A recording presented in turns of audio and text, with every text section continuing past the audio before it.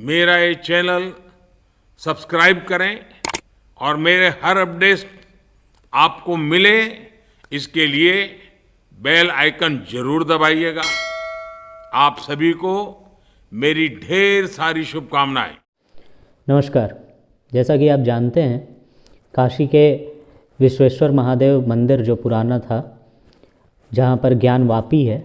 ज्ञानवापी यानी ज्ञान का कुआं, जिसके ऊपर ज़बरदस्ती औरंगजेब के शासनकाल में उस मंदिर को खंडित कर दिया गया और उस मंदिर के ऊपर उस मंदिर की दीवारों पर उस मंदिर के अवशेषों को इस्तेमाल करके उस पर एक मस्जिद बना दी गई। उस मस्जिद कॉम्प्लेक्स में, जो अब मस्जिद नहीं है, अब विवादित ढांचा ही उसको कहना उचित होगा, उस विवादित ढांचे के कॉम्प्लेक्स में, उसी कॉम्प्लेक्स में अब माँ श्रृंगार शुरुआत हुई थी माँ श्रृंगार गौरी के पूजा अर्चना के परमिशन से, जिसको कि 1993 में 5 दिसंबर या 7 दिसंबर 1993 से उसकी पूजा अर्चना बंद करवा दी गई थी आदरणीय मुलायम सिंह यादव जी के सरकार के द्वारा, क्योंकि उन्हें 6 दिसंबर 1992 में जिस तरह राम जन्मभूमि पर अवस्थित उस एक विवादित ढांचे को जिस तरह कारसेवकों ने गिरा दिया था, वही डर उनको यहाँ पर भी था और इसलिए वहाँ पर पूजा अर्चना बंद कर दी गई थी। एक इंटरेस्टिंग फैक्ट मैं आपको साथ में बताता चलूँ कि वो जो पूजा अर्चना बंद करवाई गई थी वहाँ आदरणीय मुलायम सिंह जी की सरकार के द्वारा, वो बिना किसी लिखित आदेश के बंद करवाई गई थी। सिर्फ मौखिक आदेश था और उसी के बेसिस पे वहाँ पूजा अर्चना बंद करवा दी गई थी, जिसके ऊपर अभी आपको पता है लगभग 2 साल पहले हमारी मातृशक्ति ने, 4 महिलाओं ने उसके ऊपर केस किया था और उन्होंने वो पूजा अर्चना फिर से करने की इजाज़त मांगी थी, जो कि वाराणसी के सेशन कोर्ट से होते हुए इलाहाबाद हाई कोर्ट और उसके बाद सुप्रीम कोर्ट होते हुए और फिर एएसआई के द्वारा सर्वे और वहाँ पर कोर्ट कमिश्नर की नियुक्ति के साथ उस कॉम्प्लेक्स का सर्वे, जहाँ पर कि फिर वजू खाने में बाबा विश्वेश्वर कहा जा रहा है कि बाबा विश्वेश्वर का शिवलिंग प्राप्त हुआ है। हालांकि हिस्टोरिकल फैक्ट्स ये भी कहते हैं कि वो बाबा विश्वेश्वर नहीं है। बाबा विश्वेश्वर जिनको अपना गुरु कहते थे, वो अभिमुक्तेश्वर बाबा का वो शिवलिंग है। हम लोग आगे उसके बारे में बात करेंगे और ये सारे हिस्टोरिकल फैक्ट्स पे मैं आज बात करूँगा, क्योंकि ये हिस्टोरिकल फैक्ट्स हमें जानना ज़्यादा ज़रूरी है उस केस के डिटेल के बजाय, क्योंकि केस का जो डिटेल है वो कहीं ना कहीं थोड़ा कॉम्प्लिकेटेड है और हमारे जानकारी के लिए उतना हमें वो केस की जो लीगल रिक्वायरमेंट्स हैं और जो लीगल पॉइंट्स हैं वो शायद हमें ज़्यादा ना समझ में आए। हिस्टोरिकल फैक्ट्स हमें जानना ज़्यादा ज़रूरी है, तो इसके बारे में हम लोग बात करेंगे। आप लोगों को बहुत बहुत बधाई हो कि हमारी फिर से वहाँ पर पूजा अर्चना शुरू हो गई है। उस व्यास जी के तहखाने में, जो व्यास परिवार तकरीबन 1881-1880 से उस तहखाने में, उस कॉम्प्लेक्स में रह रहा था और उस तहखाने में वो पूजा अर्चना कर रहे थे, जिसको कि 1993 में बंद कर दिया गया था। ये व्यास परिवार शायद उसी लाइनेज से आता है जिस लाइनेज में, जो लाइनेज पहले बाबा विश्वेश्वर के जब वो भव्य मंदिर था तो उस मंदिर में पूजा अर्चना करने का दायित्व का निर्वहन किया करते थे। तो ये जो पूरा ये जो मंदिर को ध्वस्त किया गया, हमारे मंदिर को तोड़ा गया और उस मंदिर के ऊपर एक मस्जिद बनाई गई, इसकी कहानी तकरीबन 12वीं शताब्दी से शुरू होती है, यानी सन 1100 कुछ से ये कहानी शुरू होती है, 1190 के बाद ये कहानी शुरू होती है। और कुतुबुद्दीन ऐबक, जो पृथ्वीराज चौहान को मोहम्मद गौरी ने हराया और उसके बाद पृथ्वीराज चौहान जी की हत्या कर दी गई और उसके बाद मोहम्मद गौरी ने अपना, जिसको एक उत्तराधिकारी बनाकर भारत के ऊपर थोपा था, उस कुतुबुद्दीन ऐबक ने पहली बार बाबा विश्वेश्वर, ऐसे रिकॉर्ड्स मिलते हैं कि बाबा विश्वेश्वर के मंदिर को उसने ध्वस्त किया, जिसको बाद में फिर हमारे पूर्वजों ने अपने अथक प्रयास से, अपने मेहनत से, अपने संघर्षों से फिर बनाया। उसके बाद फिर उसको रजिया सुल्तान ने, उसके बाद अलाउद्दीन खिलजी ने, उसके बाद इब्राहिम लोधी ने, और आखिर में ये रिकॉर्डेड हिस्ट्री आता है, चाहे वो औरंगजेब की जीवनी जो हो, मसरे आलमगिरी, उसमें रिकॉर्ड हो, या औरंगजेब का वो ऑर्डर हो जिसमें उसने 2 सितंबर सन 1669 में ये ऑर्डर दिया था कि उस मंदिर को तोड़ दिया जाए, जिसके बाद उस मंदिर को तोड़ा गया और तोड़ के उसके सैनिकों ने ये इत्तला अपने बादशाह को दी कि वो मंदिर उनके आदेश के अनुसार तोड़ दिया गया है। और उसके 10 साल बाद वहाँ पर तकरीबन 1677-1678 में वहाँ पर उसी मंदिर के अवशेषों का इस्तेमाल करके, उसी मंदिर के दीवारों का इस्तेमाल करके उसके ऊपर एक मस्जिद बनाई गई। वो मंदिर था, इस बात का रिकॉर्ड हिस्टोरिकल फैक्ट्स से अगर आप बात करें तो एक तो एएसआई के सर्वे ने दे दिया है जो साइंटिफिक सर्वे है। अभी हमारा जो हिंदू पक्ष है वो उसके बारे में ये बातें कह रहा है कि अब उस पूरे चूँकि ये एएसआई का सर्वे आया है जिसमें ये इस्टेब्लिश हो गया है कि वहाँ पर मंदिर था, तो अब उस पूरे एरिया का वो एक एक्सकवेशन करा के, उसकी खुदाई करवा के और उसके सच निकालने की का रिक्वेस्ट कर रहे हैं। और वो इसलिए ज़रूरी है क्योंकि ये जो अभी मंदिर वहाँ पर पूजा अर्चना की जो इजाज़त मिली है, जो ऑर्डर मिला है हमें, वो एक तरह से राम जन्मभूमि का जो ताला बंद था वो खुला था। जिस तरह वही दिन यहाँ बाबा विश्वेश्वर के मंदिर के लिए, वैसा ही दिन ये हमारी पूजा अर्चना का जो अधिकार हमें प्राप्त हुआ है, वैसा ही दिन है जैसा राम जन्मभूमि का ताला खुला था, वो दिन राम जन्मभूमि केस के लिए था। तो हम लोग आते हैं हिस्टोरिकल फैक्ट्स पे। मंदिर जो था वो एएसआई के सर्वे ने बता दिया है, लेकिन जैसा कि कायदा है और जैसा कि होता रहा है, राम जन्मभूमि के भी केस में सब लोगों को पता था कि वो भगवान राम की जन्मस्थली है, लेकिन देश में राजनीति ने और ख़ासकर जो कम्युनिस्ट लोग हैं उन लोगों की राजनीति ने, हिंदुओं को नीचा दिखाते जाने के लिए की राजनीति ने, और so called with in inverted comma धर्मनिरपेक्ष राजनीति ने हमें बहुत दिन हमारे मंदिर से दूर रखा। और वही चीज़ अब काशी विश्वेश्वर में भी शुरू हो गई है। और काशी विश्वेश्वर में भी मुस्लिम पक्ष आप देख रहे हैं कि तरह तरह के बयान दे रहे हैं कि वो अकबर ने बनवाया था तो ऐसा है तो वैसा है। ये मंदिर था, इसके हिस्टोरिकल प्रूफ जैसा मैंने आपको पहले बताया कि ये मंदिर कब कब तोड़ा गया था। इसके अलावा 7वीं शताब्दी में जब चीनी यात्री हेंग सांग यहाँ आया था, तब उसने भी इस मंदिर के बारे में अपना पूरा डिटेल्ड डिस्क्रिप्शन दिया है। हेंग सांग के बाद तकरीबन 1668 या 1667 यानी कि मंदिर के डिमोलिशन के, मंदिर के ध्वस्तीकरण के 1-2 साल पहले एक फ्रेंच राइटर आया था, एक फ्रेंच ट्रैवलर आया था जिसका नाम जॉन बैप्टिस्ट डेवेनियर था। उसने भी इस मंदिर के बारे में लिखा है। हालांकि वो जब चला गया और उसके 1 साल बाद ये मंदिर का ध्वस्तीकरण औरंगजेब के ऑर्डर से हो गया। औरंगजेब के ऑर्डर से ध्वस्तीकरण होने के बाद उसने एक अपने याददाश्त के तौर पर एक मतलब पास्ट के बारे में उसने उस टाइम लिखा जब उसे ये सूचना मिली कि मंदिर ध्वस्त हो गया है, कि 1 साल 2 साल पहले, मंदिर के ध्वस्तीकरण से 1 साल पहले मैंने वहाँ विजिट किया था। वहाँ एक बड़ा सा मंदिर था, वहाँ पर लोग आते थे, वहाँ पर लोग शिवलिंग पे जल अर्पित करते थे और उसने बहुत सारे स्केचेस भी उसके लिए दिए हैं। ऐसा ही 1630 यानी कि मंदिर के ध्वस्तीकरण से पहले एक अंग्रेज ट्रैवलर आया था जिसका नाम था पीटर मुंडी। उसने भी रिकॉर्ड किया है कि वो एक ग्रैंड मंदिर था और वहाँ पर गंगा जी बहती थी और लोग गंगा जी से जल लेकर आते थे और भगवान को अर्पित करते थे। तो ये स्केचेस हैं, तो ये एक हिस्टोरिकल फैक्ट और ट्रैवलर्स रिकॉर्ड भी हैं। और आपको एक इंटरेस्टिंग फैक्ट मैं बताऊं कि भगवान राम के जन्मभूमि को लेकर के लेफ्टिस्ट हिस्टोरियंस ने बहुत बड़ा एक ड्रामा रचा था। एक बुकलेट छपवाई थी उन्होंने, historians report to the nation करके, जिसको कि फिर बाद के लिटिगेशन में हाई कोर्ट और सुप्रीम कोर्ट ने खारिज कर दिया पूरी तरह से। और शायद उसी का प्रताप है कि अभी लेफ्टिस्ट हिस्टोरियन बैठे हुए हैं, लेकिन वो 2-3 उसमें बहाने फिर भी ढूंढ रहे हैं। जैसा अभी आपने कुछ दिनों पहले प्रोफेसर इरफान हबीब का सुना होगा, जिन्होंने और जिनके चेलों ने राम जन्मभूमि को एक विवादित कहानी बनाने में और पूरा ये लिटिगेशन लंबा खींचने में कोई कसर नहीं छोड़ी थी। जिन्होंने historians report to the nation छापा था, उन्हीं ने अभी ये कहा है, और जिस तरह उन्होंने कहा कि ये बयान फिर बार बार आ रहे हैं कि अब लेफ्टिस्ट ये बयान बार बार दे रहे हैं कि वो शायद कोई बौद्ध मंदिर था, वो शायद कोई जैन मंदिर था, बौद्धों के मंदिर को भी हिंदुओं ने तोड़ा है, जैनों के मंदिर को हिंदुओं ने तोड़ा है। इन एनी केस वो ये मान रहे हैं कि औरंगजेब ने वहाँ पर एक मंदिर को ध्वस्त किया था। और दूसरा, अगर जब वो ये मान रहे हैं तो उन्हें वहाँ पर डिमांड अपना मस्जिद मानना तो तत्काल प्रभाव से बंद कर देना चाहिए, क्योंकि ये तो उनके खुद के स्क्रिप्चर्स में है कि कोई कब्जा की गई ज़मीन या कोई अनऑथोराइज्ड ज़मीन पे मस्जिद कभी बन नहीं सकती। तो इस बेसिस पे तो वो ख़त्म हो जाना चाहिए। लेकिन जो हमें तोड़ने के लिए जैन मंदिर और बौद्ध मंदिर का एक वहाँ पर कहानी बनाई जा रही है, तो इंटरेस्टिंग ये है कि आपको ये जानना कि फ्रेंच ट्रैवलर ने या ब्रिटिश ट्रैवलर ने क्या कहा था उसके बारे में। उसके बाद एक चीज़ और है कि वो मस्जिद इसलिए नहीं है क्योंकि औरंगजेब ने उसको तोड़ने का फरमान तो जारी किया था उस मंदिर को, लेकिन वहाँ पर मस्जिद बनाने का कोई ऑर्डर औरंगजेब ने जारी नहीं किया है, जिसकी वजह से इसके बारे में लिटिगेशन तकरीबन 1810 ईस्वी से चल रहा है।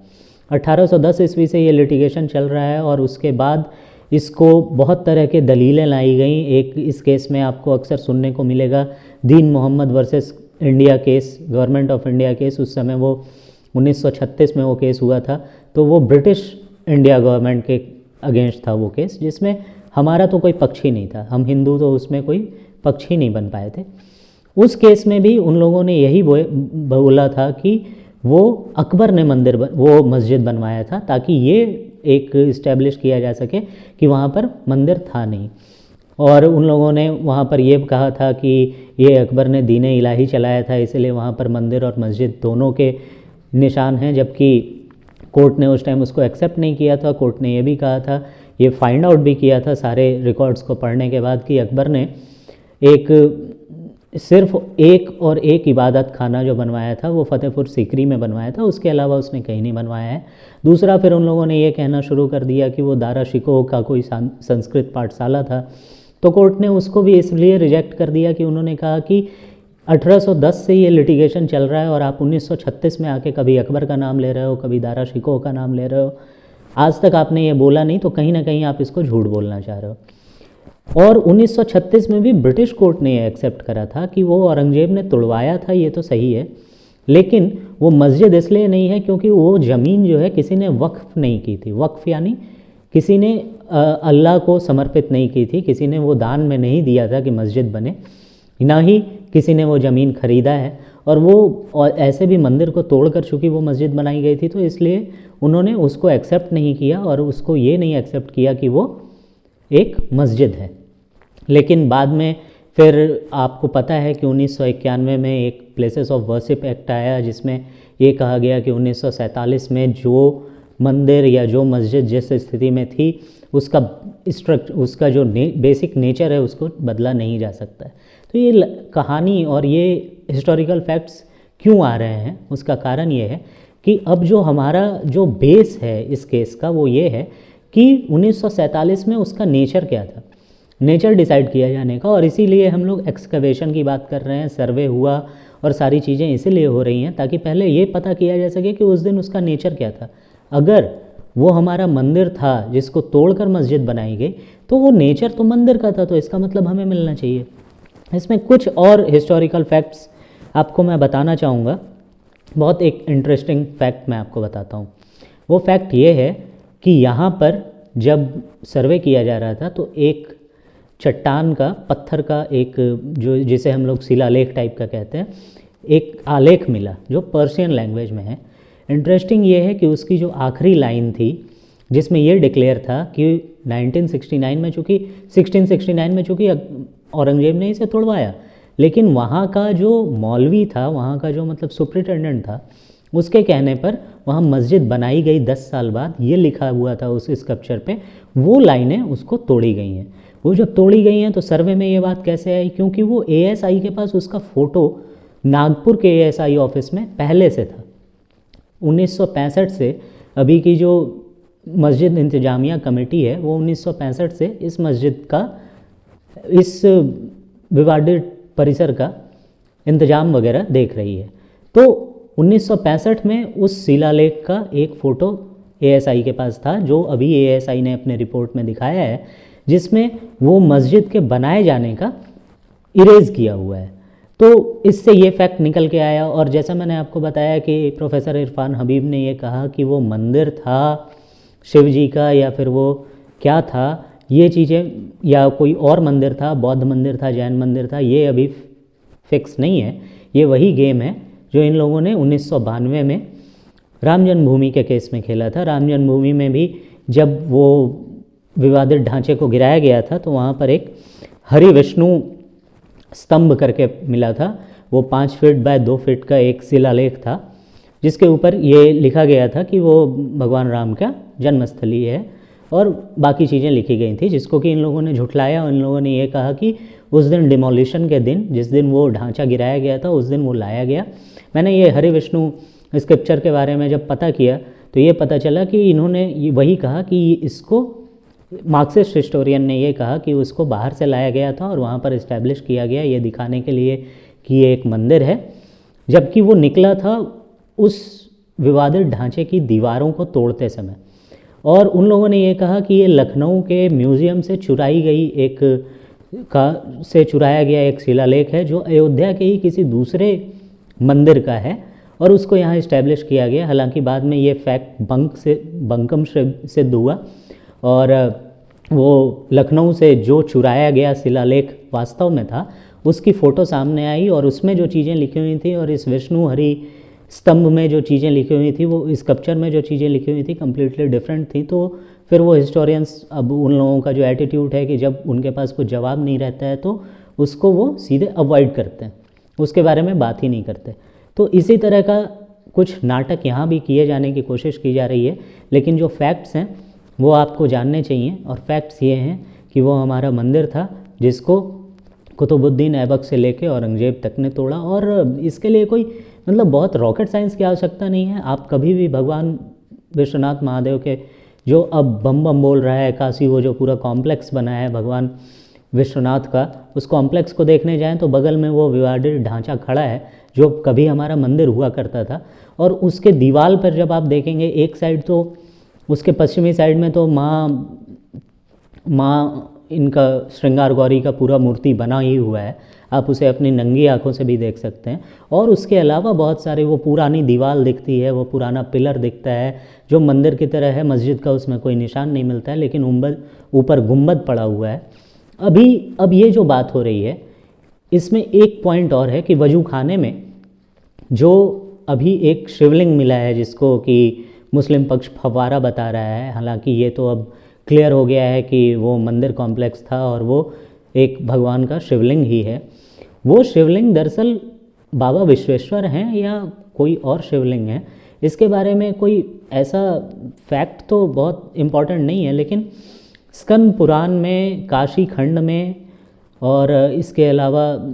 भगवान महादेव ने चूँकि खुद ही वो शिवलिंग स्थापित किया है बाबा विश्वेश्वर का, तो उसमें ये चीज़ें आती हैं कि वहाँ पर जो काशी में भगवान शिव के पूरे मतलब भगवान शिव के एक प्रतिमान की तरह भगवान शिव को का ही पूरा एक मतलब भगवान शिव का ही एक पूरा इफ़ेक्ट है वहाँ, भगवान शिव ही हैं वहाँ। उसको स्टैब्लिश करने के लिए भगवान ने वहाँ कुल 14 शिवलिंग स्थापित हैं उस पूरे क्षेत्र में, जो हर एक शिवलिंग भगवान के किसी शरीर के, मानव शरीर के या भगवान के भी शरीर के अलग अलग अंगों को प्रदर्शित करता है। मान लीजिए आँखें हैं तो उसके लिए कोई शिवलिंग है जो लिंग है जो कि आँख के लिए है, कोई शिवलिंग है जो अगर मान लीजिए नेवल के लिए है तो उसके लिए मध्येश्वर हैं, इस तरह से अलग अलग हैं। तो जो अभी शिवलिंग मिला है उसके बारे में ये भी कुछ इतिहासकारों का मानना है कि वो दरअसल बाबा विश्वेश्वर नहीं बल्कि भगवान के दो दाहिने भुजाओं की तरह, दो दाहिने भुजाओं को प्रतिपादित करते हुए और प्रमाणित करते हुए वो बाबा विश्वेश्वर नहीं, बाबा विश्वेश्वर भी जिनको सारी दुनिया बाबा विश्वेश्वर की पूजा करती है और बाबा विश्वेश्वर जिनको अविमुक्तेश्वर को अपना गुरु मानते हैं, वो दरअसल बाबा अविमुक्तेश्वर हैं। उन्हीं के पास बाबा विश्वेश्वर भी विराजमान थे, जिनके बारे में बहुत तरह की कहानियाँ हैं और फैक्ट अभी नहीं पता है कि वो बाबा विश्वेश्वर का जो शिवलिंग था वो उस कॉम्प्लेक्स में है या नहीं, क्योंकि बहुत कहानियाँ ऐसी भी हैं कि उस टाइम वहाँ के जो पंडित थे, पंडित पन्ना नाम था उनका, जब औरंगजेब की सेना वहाँ आई तो वो उनको लेकर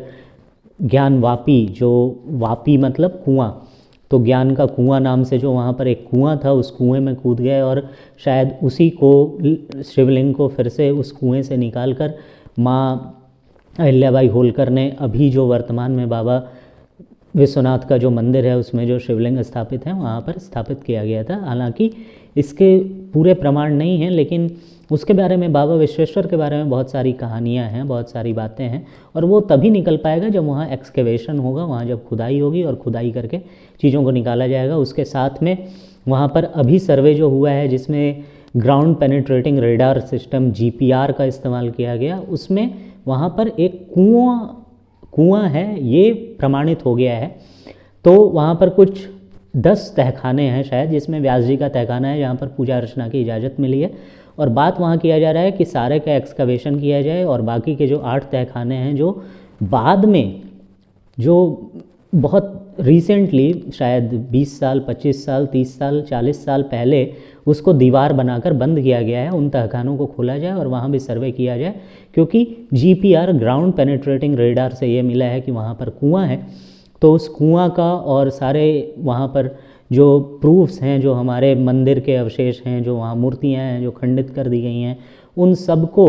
दिखाकर ये साबित किया जा सके कि वो हमारा मंदिर ही था, ताकि हमें वो वापस मिल सके। इसमें और कुछ फैक्ट ये है, एक पॉइंट ये भी है कि आखिर हम लोग क्यों कह रहे हैं कि हमें वही मंदिर चाहिए, वही स्थल चाहिए। वो इसलिए क्योंकि हमारे शास्त्रों में, हमारे धर्म में ये माना जाता है कि एक जो मंदिर बन गया वो हमेशा मंदिर रहता है, उस स्थल का ही सबसे इम्पोर्टेंस है। इसलिए हम लोग कह रहे हैं कि हमारे लिए वो स्थल चाहिए, हमें वही जगह चाहिए जहाँ पर हमारे बाबा विश्वेश्वर विराजमान थे। क्योंकि